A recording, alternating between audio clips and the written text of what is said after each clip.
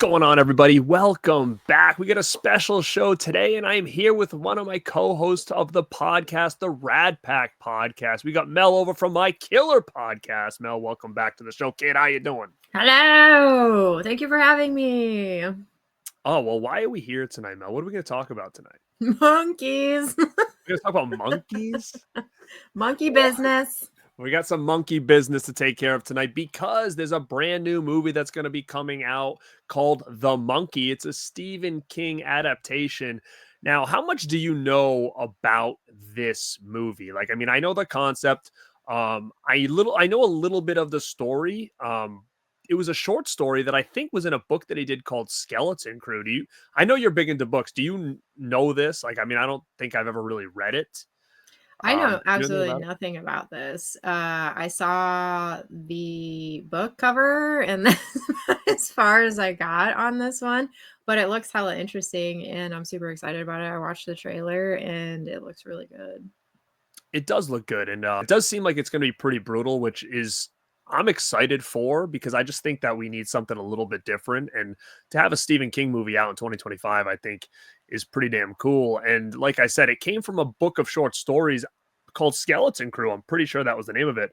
And I think in that same book is where the story The Mist came from, was part of that book of short stories. So yeah. Wait, are you a big fan of The Mist? No. Oh, it's kind of a that movie was so good all the way up until the end. Yeah, but I mean, you have to say when you saw, I remember seeing it in the theater for the first time, and I can remember sitting there, and I mean, that ending was so shocking, and it's very rare that I feel like I get to see a movie that really had those moments in it that completely like took me back, and that was definitely one of them for sure. Do you remember? Did you see that in the theater when it came out? Do you know? I didn't see it in the theater. I watched it at home when it came out on video, and that ending has never ever left me. And I watched it once, and I never watched it again.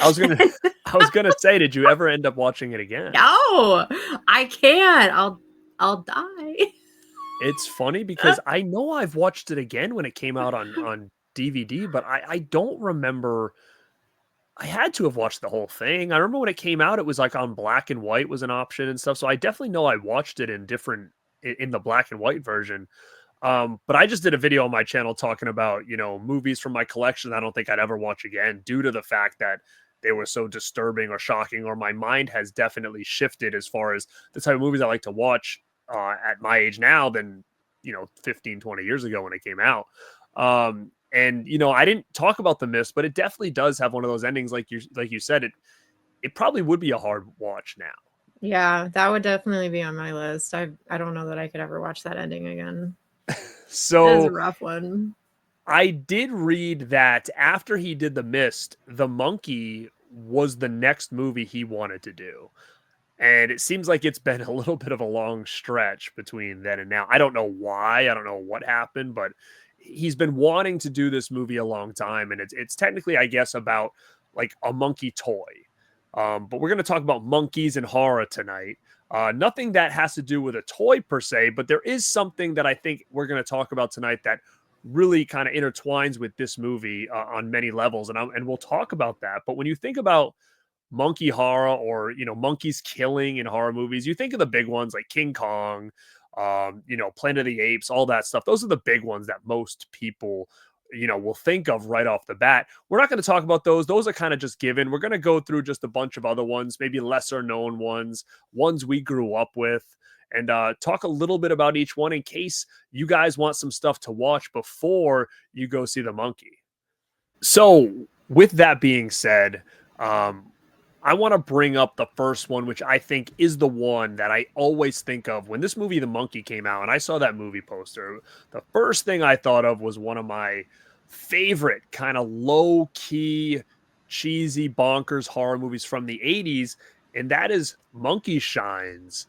And the reason I'm bringing this up is because this cover, and this is actually a different cover there's two different ones. There's this one, and there's the other cover on the movie poster where he's actually got the drums like that monkey in the new Monkey movie poster. It's basically that toy. What was the name of that thing? It had a specific name, that toy. seen Jolly it. Chimp, it's Yeah, called. Jolly Chimp. That's what it is. Yeah. I've been looking for one of those for so long to add to the collection because of monkey shines. And they're always pretty expensive because they're pretty vintage. But they do have a cool popcorn bucket out right now for the monkey. Did you see that? I did see that, yeah. Do you have access to AMC's? I think I do, but they're pretty far away. Yeah, I don't have any here. So I put a feeler out there and see if I can come across one. Hopefully AMC puts them on their site or something like that in the future. But yeah, it's pretty cool, actually. It might be like my easiest way to get a fake version of this Jolly Chimp to hold me over until I get the real thing. But I've always wanted one. And for the longest time, because of that book that Stephen King did that has that image on the front cover, Skeleton Crew, for the longest time, I thought this was a Stephen King adaptation. I know George Romero did this, but forever I always thought this was a Romero movie based on a Stephen King book because of that book that I had seen all that time, like at bookstores and stuff like that growing up. And it was only probably a couple years ago that I realized that this is not a Stephen King adaptation at all. And it's a completely different story. And that's the story we're going to get with this new movie, The Monkey. But we've talked about this as well. Me and you also did a VHS cover that lied, basically. Mm-hmm. And we talked about monkey shines because there's no toy in this movie. Right. It's a real monkey in this movie, but it's fun as hell, Mel. And I know you just went back and recently watched this one. You know I love it, but I don't really know if we've ever talked about what you think of this. We talked about it in that video, the I don't think you liked it as VHS much as covers I that did. lied. I owe some apologies, I think. Why, do you like it more now? So I said in that video that when I first watched this movie, I was really upset because the cover lied. I wanted the toy monkey killing everyone, and because that's not what I got, I was upset and I didn't like the movie because of it. Revisiting that movie now, I liked it so much more, and it was because I went into this movie knowing what it was, and it's such a good movie. So I have some apologies to make. This is a good movie. I take back what I said about it. I love it. I love this. But thankfully, now that The Monkey is coming out, I am going to get my monkey toy movie. So I'm going to get that. And now I have this. So I have two good movies that I'm going to have. But I'm glad that I went back and I rewatched it and I had a more open mind about it because it really is a good movie. Yeah, it really is. And it goes back to, like we've talked about before, which what makes the 80s, especially 90s, early 90s, is that a lot of these people, these directors took chances that I don't think would ever be something that they would do now. Like the idea of this movie is so cool, but I just don't see this ever coming to the table and getting a pass nowadays, where it's about this guy who gets in an accident. He's paralyzed from the neck down. And we get a monkey, a trained monkey, to come in and be one of the main characters of this story to take care of this guy. They become friends. The monkey becomes basically obsessed with him. And then when shit doesn't go that monkey's way, it starts killing people to make sure that, you know, their relationship stays strong. It's a really interesting movie. And I think that's why I like it, is because it's so different than a lot of, you know, movies, horror movies, especially, to have this monkey as like kind of one of the main focus points of this flick. And I just think it's a really cool story. And George Romero is fantastic at everything he does. And I was lucky to meet George Romero a couple times. And I remember getting my Monkey Shines one sheet poster signed by him. And he seemed very taken back when I brought it to the table, because I don't think it's one that probably many people have him sign. It's always usually Night of the Living Dead, Dawn of the Dead, stuff like that. I remember him unrolling it and he was like, Monkey Shines. Like he was like so excited. And Nice. yeah, so he was happy to have that. And yeah, and I'm just happy that you really dig it. And looking at the VHS, I don't know if it's like this on the other versions, but I always found this funny at the video store because, again, this is such a memorable cover. I remember being a kid and being like, what is this? Because I thought it was a toy as well. And on the back, it's got this cool image of like the monkey like with the switchblade, Yeah. like cut him and stuff. I always thought that was fantastic. Oh, and it's so brutal at the end too, the way like they defeat the monkey or whatever. Yeah. I totally forgot about that part, but I was like, oh my god. So good. We both seem to highly recommend Monkey Shines. I think it's still overlooked, I think, to a lot of people, and I think that's like the closest thing that we're going to talk about tonight, in my opinion, that is going to resemble what we're going to get here, besides the toy aspect, just the idea of the poster art and stuff, feeling connected to this movie. And yeah, we ended up having to watch a lot of different flicks tonight. Now, the next one I wanted to bring up is one nobody talks about. I think this is from 1990. I don't know if you had a chance to rewatch this or watch this for the first time, but it kind of, in my head, it's like, this is Monkey Shines of the 90s, and that is a movie called Shakma. Did you end up checking this out?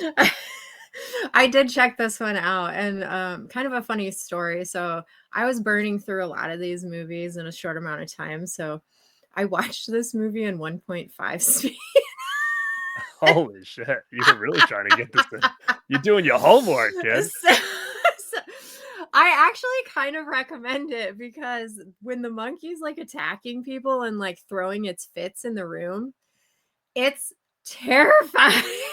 Well, it's already moving like so fast and banging against the doors and stuff like that. I mean, that must have looked insane at 1.5. It was so terrifying. Because there's this one part in the movie where the monkey's in a room by itself, and it's just like freaking out and like tearing the room up, and I was like, oh my god.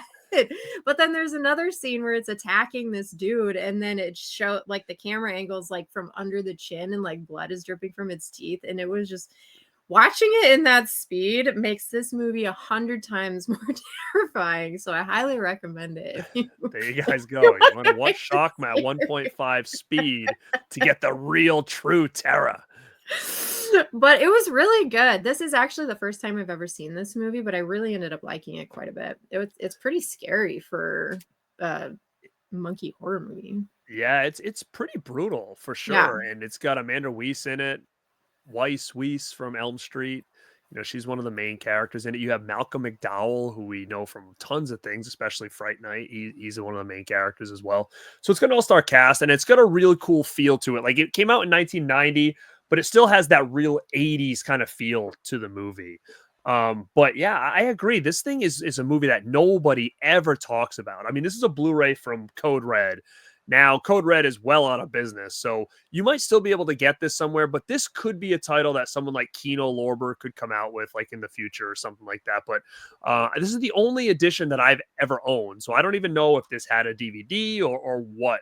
But first time I seen it was when I bought this, and that was years and years ago that this thing came out. And I agree. I think it's a pretty gnarly monkey attacks movie. Like, this chimp in this thing is insane. Like, it is when it's banging off the doors trying to get in and stuff. Like, I thought to myself watching it, like, how did they do this? Because it looked fucking pissed. Yeah. You know, like, I can't imagine this thing being on set and they're just like, oh yeah, just hey trainer, get this thing to just slam against this door like 25 times. You know what I mean? Like, I don't get it. Like, it's wild. And then you got that, like, the baboon ass hanging out the whole time. Like a classic. Yeah, I don't know, because this monkey was freaking out so bad in certain parts. It was just like, they must just train them to do that or something, because it was terrifying. Yeah, he looked pretty freaking pissed, to be honest with you. But yeah, another one that I completely recommend for sure. And obviously it seems like you do too, which is awesome to see that you had just watched it for the first time. Yeah. And really dug it. So I was actually kind of surprised how much I was liking these monkey movies, because these are the kind of movies that I'm like, ooh, I gravitate towards these monkey attack movies. Yeah. Is that something that was kind of out of your wheelhouse, like, before we did this show? Yeah, for sure. Interesting. All right, so The next one I want to talk about is I'm curious about this movie. I know a little bit of a backstory on this movie, which is kind of interesting, actually. Um, and this is from the 80s, I think 86. I don't know if you've seen this too. This is a Kino title, and this movie called Link. Did you have a chance to watch this by any chance? I did watch this one. Okay. You know me, I'm a huge Elizabeth Shue fan. Like I love Elizabeth I was surprised Shue. to see her in this one. Yeah, so it's a very different role for her. It was a very young Elizabeth Shue here. But yeah, this movie actually was a pretty sought after movie for a long time amongst collectors. Anchor Bay had a DVD of this that was very hard to come by. I don't even own it, but I can remember it was one of those titles that was always really expensive because it kind of came and went. And it was always one that I was after in the DVD days. So when Kino announced this on Blu-ray, a lot of people were excited because it was like, oh, finally we can get this thing without paying boatloads of money for it. And it was really the first time that I had checked it out. And yeah, I really dug it too. And cool backstory about this movie is Richard Franklin is the guy who directed it. Now, he directed Psycho 2. Psycho 2 was written by Tom Holland. So Tom Holland wrote Psycho 2. Richard Franklin directed Psycho 2. And the next movie Tom Holland was going to write or wrote was a movie called Scream for Help. And I love that movie. I've talked about that a couple times on this channel.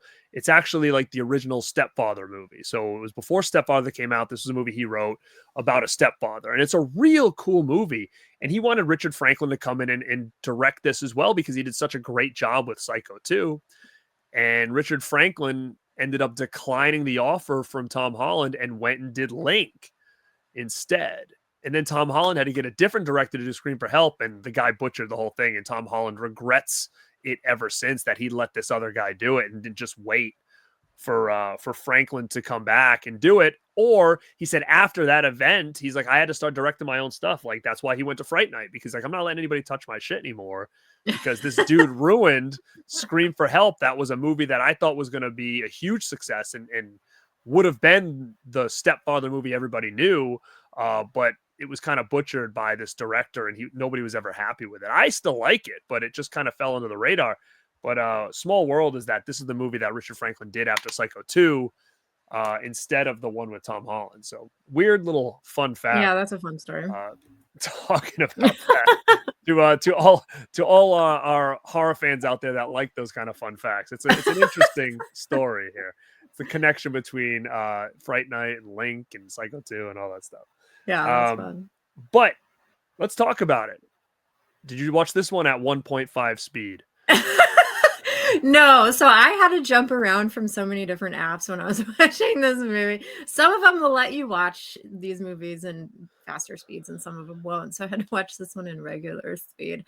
But it was definitely giving me Batman vibes. What, do you think it was like Alfred or something? I know, I did. Did you? I did. So it's like Link was Alfred? Yes. So she goes out into the middle of nowhere into this like giant mansion that's sitting on top of a cave, and there's this like servant monkey around wearing this like little suit thing, and all I could think about was that he was Alfred the whole time. And I was like, this is what would happen if Alfred just went on a rampage and just murdered everyone. Were you hoping that Michael Keaton like came out of the other room or something and said something? You want to get nuts? Come on, let's get nuts. I don't know. I could not help it, but that's like all I could think about throughout this whole movie. What would you call the movie? Like Alfred Goes Bananas or something? What would you call it?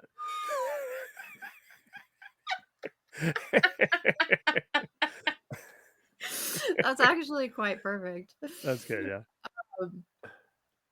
But yeah, anyway. That is funny. I did end up enjoying this one a little bit. I didn't you gotta collect my thoughts after that. Here's the thing: if Elizabeth Shue's in it, you'd have to say it's great. So just continue on. Oh, do I?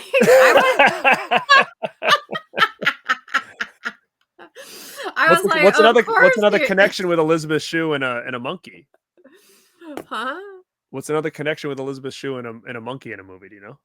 And a monkey in a movie? Yeah, monkey in a movie. I don't know. Hollow Man. Remember when the monkey's strapped on the table and they put all the shit on it and it comes back to life, or it goes invisible. Remember that? Well, it's like one scene. It's like a gorilla type thing. It's like an ape. Remember they put the fluid in it and it goes invisible. Barely. Anyway, it's been a long time. But since movie, but yeah, we'll talk Link. Of course, Alfred. Elizabeth Shue is in this movie. I do like her though. I do like her, and she's very young in this movie. But she pretty much holds this movie. She's in this movie by herself with a bunch of monkeys, like pretty much through the whole thing. I was like, that's bananas to me. Especially for someone like her who ends up becoming a huge actress. It's like, what a weird role that she was put in, you know? Yeah, because I was expecting, because like it starts off where she's like, you know, there's other people in the movie, and then eventually I'm like watching it and I'm like, she's the only one on set with all these monkeys. It is a really good movie, but there was an awkward shower scene. What? It's like Alfred's got a little psycho in here. I got some Karate Kid flashbacks in this. I don't know how familiar you are with that movie. You know, I've seen it like 1,000 times, but that one scene when she's driving down the street and like she keeps trying to pop the clutch on the truck and he's pushing it. And she's like, "Come on, push harder," so she can get it to start. And all I kept thinking about was in Karate Kid, where like he picks her up on the date and she has to drive the car, and the mom's like, "Oh, okay, pop it," and like she had to like push the clutch, and the car took off. I was getting like a lot of Karate Kid vibes in that scene. This movie brings back a lot of different nostalgia from other movies. Yeah, so basically, if you're saying, listen, Link, if you like Karate Kid, Batman, and Psycho, this movie's for you. That's the quote. It's the link between all the movies. Yes, that's what we can say. Perfect. The link between Batman, Psycho, and Karate Kid, and then we can put said by Garrett and Mel. That's our quote for the link. Yep. All right. Love it. You want to watch the link between Batman, Psycho, and Karate Kid? Check this movie out. I like it. So we will talk about another movie. I know this wasn't originally on my list. It kind of dawned on me as we were doing this, though. And that is Dario Argento's Phenomena. A classic. We got Jennifer Connelly in here. This is a beautiful movie if anybody hasn't seen it. This is that real cool Synapse Films. And the reason I keep showing a lot of these physical media editions is just to let you guys know that these are out there. If anybody's curious about if you can watch these movies on physical media. And if you look at the cover here, it's actually got the chimp on the cover because he's the assistant of Donald Pleasance. And, you know, there's some stuff in here with him and a knife stabbing people and stuff. So, you know, it's not a killer chimp movie per se, but there is a chimp in here that does, you know, violent acts, which is a real, you know, cool movie in itself that I think we should bring attention to. And it does involve some chimp action in it. So, do you have Phenomena on that collection? I don't know. I was just looking. I don't think I do. Oh, wait, I do. I have the standard 4K. Okay. Was it a Synapse one? Yeah. Little slim guy? Yeah, it was the standard one.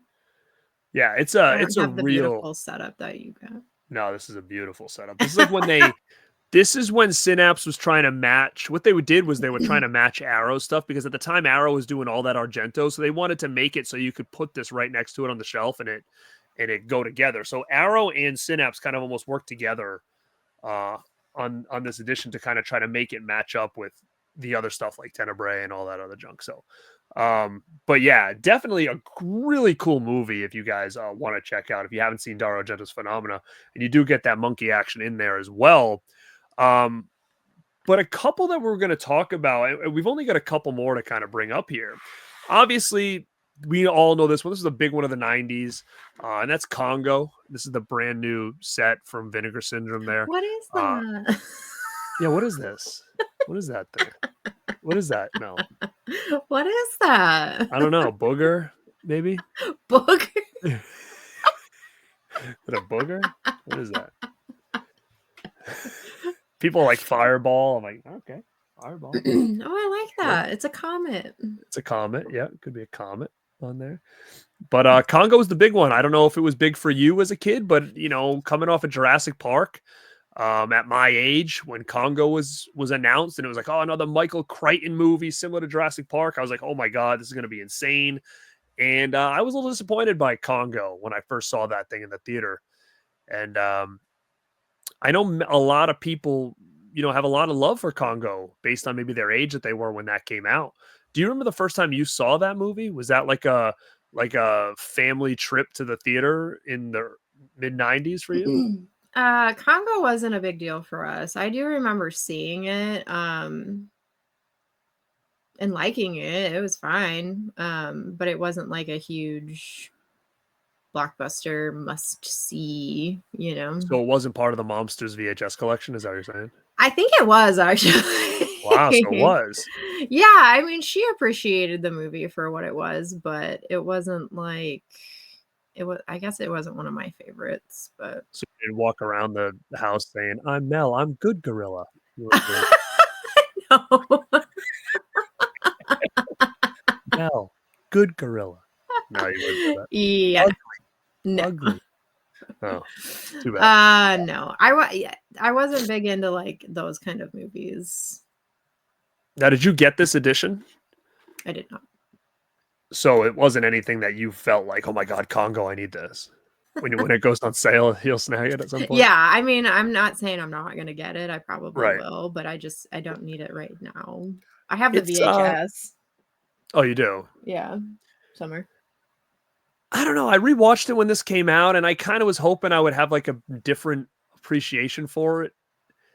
And there's some good in it, but at the same time, there's a lot of bad in this, like in my opinion. Like it was that weird era of like, the CGI, and there was some good stuff. Like the practical stuff in this were really good. Like the gorillas looked fantastic. But then when it got into like the CGI testing, Jurassic Park was like on another level on the CGI stuff, like practical and CGI. And they kind of tried to do the same thing, but the CGI in this at some parts looked really terrible. Like when the gorillas are just cannonballing into like, digital lava. It's fucking weird to watch even now, like on 4K even. I'm like, oh my God, this looks awful. Yes. But it's one that a lot of people have fond memories about. Me, it's okay. I mean, it's not, anything that it's super exciting to me, but it's one, again, talking monkey movies. You got some gorillas killing people in here. There are some pretty violent scenes in this movie. So I definitely wanted to bring this thing up. And as we move on to like the last two, this one, it's funny because all of these ones we're talking about now have to do with like killer gorillas, apes, monkeys. This one doesn't, but it also really connects with this new movie, The Monkey, because it's more about an object instead of an animal, right? And I had this on Blu-ray from Scream Factory with the slip of I have that Monkey's Paw. Oh, you have it? Uh-huh. Oh, I didn't realize that. I thought maybe you just watched it on streaming or something.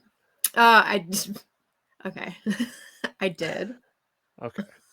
But I also watched the Blu-ray too. So I that one is the first movie I tried to watch, but I watched it like three times and fell asleep every time. So then finally I was like, screw this.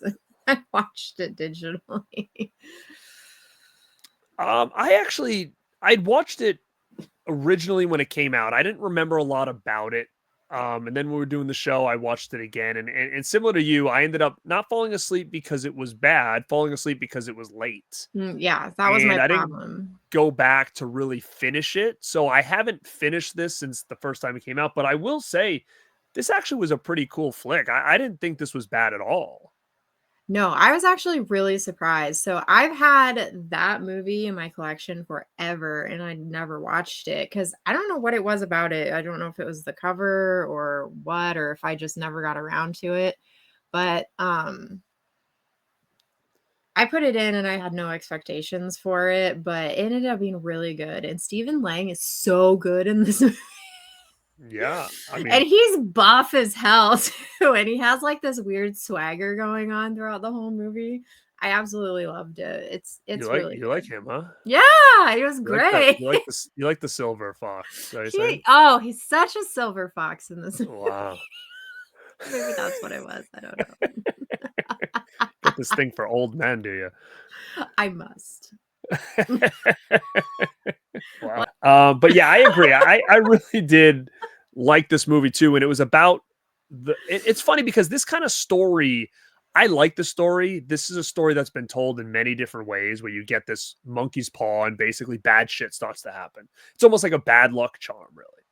And it reminds me a lot of that Are You Afraid of the Dark episode called The Tail of the Twisted Claw, which is like this, it's like a claw. I don't remember what it was, kind of must have been off like a bird or something, like a vulture or something like that. And same thing, every time, you know, you had it and you said something or whatever, that came true. And it kind of reminded me a little bit of that. And I dug it. I mean, I definitely want to go back and rewatch it one more time front to back. Just to confirm, you know, but watching it the other day, for what I saw, I really did like it a lot. Yeah, it was good. It was suspenseful and it had some good kills in it too. Nobody talks about it. Nobody ever mentions this movie at all. Like I only knew it because I had it, but nobody really talks about this thing. It came out in like 2013, so it's yeah, not... same. I honestly don't even know why I ended up buying it either, because I'd never seen it before. Did you go to the store and look at the back and see that old man and say, "I'm all about this"? You're like, yoink. That must have... yeah. I'll take this home. So another movie from 1995 is Outbreak. This isn't necessarily a monkey attacks movie, but it is a virus movie where the monkey is carrying a lethal virus and it is brought into the United States, and then it gets spread around by said monkey, and then the virus starts killing. It's funny, I don't own this movie at all. I remember this movie from the 90s. I can remember it being promoted on, you know, on the trailers on TV and stuff like that. I remember renting it. I didn't see it in theaters, but I was looking around. I'm like, oh my God, I don't own that thing. But a part of me feels like I remember seeing the DVD around. Like, I think it must be in a snapper or something like that. I don't know for a fact, but that's what I remember when I think about this movie. As far as if it has any new additions, I have zero idea. I don't either. I remember this one on VHS. I know my mom had this one because she was a big Dustin Hoffman fan, and he's in this movie, which I was a big Dustin Hoffman fan too. But that's how I remember this movie. And this one has a cute little spider monkey in it. And I think that's why I liked this movie too, is because I loved the little baby monkey running around. And I always remember, I was like, don't hurt the monkey. And there wasn't a point like in the movie where it was playing with like a little kid or like a little girl, like was playing with him and stuff. Like she found him maybe in the woods or whatever. Yeah, I don't know. This one, it's been a really long time since I've seen it, but same. I probably haven't seen this since the 90s, but I do remember it and the infection and all that stuff. And Dustin Hoffman in it. Like, I think he was even points where he had to wear like hazmat suits and stuff like that. And it was like a lot of that going on. So there's not a lot I can really say about this one as far as if I loved it, I hated it. I think it was decent. It was a good movie. But I remember, so you liked it because it was part of the monster collection.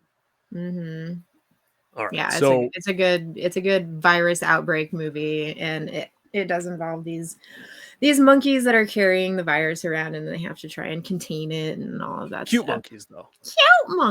Cute monkeys. Yeah. All right. Guys, let us know in the comments if you remember Outbreak. Like I said, I do remember it. Like, I think there was even ads for it in like wrestling magazines when I was a kid or something, because I just do remember seeing this all over the place, and I did rent it in the mid 90s. But the last one we want to kind of talk about before we kind of wrap this up and just talk a little bit afterwards is one that this doesn't have to do necessarily with a monkey, but the monkey plays an important part in this movie. And this movie is Jordan Peele's Nope. And I showed this VHS at one point. We did some other show. We talked about Nope. Alien show. Oh, that's right. We did the Alien show. So yeah, so this is that Nope with the ET looking VHS, which is pretty dope. Nope is dope. And this has a real strong side story about this chimp. And I'm trying to think, what was its name in it? I'm trying to think. I don't remember what its name was, but it was basically about this chimp that was like part of this sitcom. And, you know, it's showing us that these animals are not supposed to be, part of this stuff. Like they're wild animals, and this thing just happens to go nuts and like killing pretty much everybody on set. And it's a pretty brutal scene, so much so that it adds a lot to this story. Gordy. But it's one of those pieces that I'm like, man, I want more of that. Like, I wouldn't mind if Jordan Peele did a spinoff of Nope and told that story from beginning to end. Like, I really think that would be a real cool kind of sequel prequel to this movie Nope, which he hasn't done that with any of his movies yet, but I do think that would be a pretty cool one to add to his list down the road. Is I'd like to see a little bit more about that story that we didn't get to see before. Yeah. The chimpanzee's name was Gordy. Did we mention this in the Alien one where we were like, this movie could have easily been broken into two and just been two completely different full movies? Right. It does have basically two big elements to it. And like they show a lot of that story. Yeah. And that's why I think it would just be really cool if we could get a movie about that character, about that sitcom, and kind of going through. Maybe there was pieces to that big attack that, precursors that were going on, before that, now that what happens at the end, you could watch a movie and be like, oh yeah, I can see where, things are starting to get a little bit weird with the monkey and stuff. And yeah, very cool, very violent scene, very edge of your seat scene. I still think Nope's a great movie, not only just for what the movie's about, but also that whole side plot as well is pretty edge of your seat stuff. Yeah, it was gory. Oh, Gordy was very gory in this. Gordy was gory. It was a cool scene. Very, very kind of hard to watch scene as well, because it did involve kids and all this other stuff. But that was us talking a little bit about monkey horror. I mean, there's other movies that have monkeys in them, but nothing like this where there's monkeys being violent. I was thinking of this before I wanted to talk about, but I was like, it's not really the same. But Cyboman. You know Cyboman? What's Cyboman? What, dude? What is that? Cyboman? You remember Cyboman? What's that? You know Lawnmower Man? Yes. Well, Job, the monkey that he was hanging out with that had the suit on, he was going Cyboman, and they end up like blowing it away, killing it. Remember? Yeah. That's Cyboman. The monkey. There was a monkey in that movie that was friends with Job. And he had all the metal suit on the monkey, and they was calling him Cyboman. And then these guys came and like shot the monkey, and that made him flip out. Yeah. So little shout out to Cyboman from Lawnmower Man there. Job's buddy. We could have added that to the list. And like we talked about before, there are big ones. But what we want to know is a couple things. Mel, I know you're going to go see the monkey, right? Yeah, for sure. I'm going to go see it. I actually am going to go see it tomorrow. So by the time this drops, my review will already be out. Spoiler free, of course. Because again, I'm going to see it a little early, so I don't want to spoil it for anybody. So if you haven't checked it out and you want to just know my opinion, did I like it, did I not like it? You can go back and check that video out. And then I know next week you're going to see it and you'll probably do a video. You like to do those little review videos there. Yeah. Because it is one of the ones that I know you and I have been looking forward to this year. And I think horror has been pretty strong so far in 2025. So sure. I'm really excited to see what ends up happening this year. But again, guys, this was us just kind of bullshitting about some horror monkey movies. Monkey horror. Is that a subgenre? Monkey horror? Maybe it should be. Could be. There's now. enough movies. Yeah. I think you said you were starting just talking about it. You were kind of getting into monkey horror after you saw, Shakma and stuff like that. You were really digging the monkey horror aspect. I mean, I'm surprised that I ended up liking most of the movies that I watched. See, so that's going to be a subgenre that I think you're really going to start to dig. So hopefully you like this movie that we're going to check out this week for sure. I think I am. And you guys got to pick up Chakra. Like I said, Chakra at 1.5 speed is the way to go. And it's from Code Red. Now, Google that thing. Maybe you can find a copy of it. It might get re-released by another company, but it's one that we highly recommend. It's the Big Monkey movie, in my opinion, from the 90s. It's a brutal jam. But Mel, yes, what do we got coming up? We got any kind of podcast? Do you got stuff over on the channel coming up soon? What can people come and check you out over at My Killer Podcast and the Radpack Podcast on YouTube? What are they going to see? What are they going to get? You can find me at My Killer Podcast and the Radpack Podcast, and you're gonna get me and you're gonna get videos. So come hang out. Yeah, we got a February video coming on the podcast, and you guys can find us at Radpack Pod on YouTube, and it's our video portion of the podcast. And we're going to be doing what are we doing? I know you and Justin are in charge this month of what's going on here. What are we going to do? Some love stuff? Yeah, we're going to be doing love stuff. Justin's in charge, and we're doing Love Hurts. Love Hurts. So you're gonna have some cool movies. If you guys want to see some love stuff live on the Radpack channel on video live, you're gonna want to check that out. Go over there, subscribe, keep your eyes open. We're gonna post a link when that is ready to premiere, and you can check me out here at Born to Be Rad, obviously. And like I said, I do have, by this point, my monkey review will be up. I just did a couple videos talking about some disturbing movies I'll absolutely never watch again, and some that I actually dig. And her and I have been doing some lists as well. So if you want to see us in action over on this page, we got alien movies that we talk about. A lot of these subgenres that we really dig. And like we said on here before, you can also go back in time and check out some VHS videos that we did, which were really fun. So guys, thank you again for checking this out. This is Garrett, Born to Be Rad, and like always, stay rad. Stay killer.